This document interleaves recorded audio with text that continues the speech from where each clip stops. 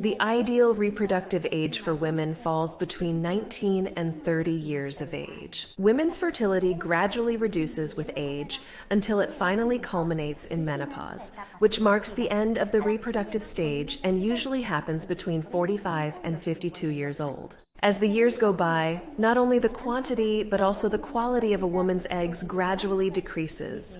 For this reason, the likelihood of becoming pregnant decreases as a woman gets older. A 20-year-old woman with no fertility problems at all, who has unprotected sexual intercourse during her fertile days, has approximately around a 25% chance of becoming pregnant in that particular cycle. If a woman is nearing her 30s, the chance of conception drops to 15%. From this point on, a more pronounced decline in female fertility begins to be observed. Approximately, a woman with 35 years old has about 8% likelihood of achieving a pregnancy, whereas after turning 38, the chance falls to just 3%. As a result of this natural decline in fertility as a woman age, and considering the current trend of delaying motherhood, it is likely that when a woman desires to become a mother at a later age, she will face some challenges in making this happen.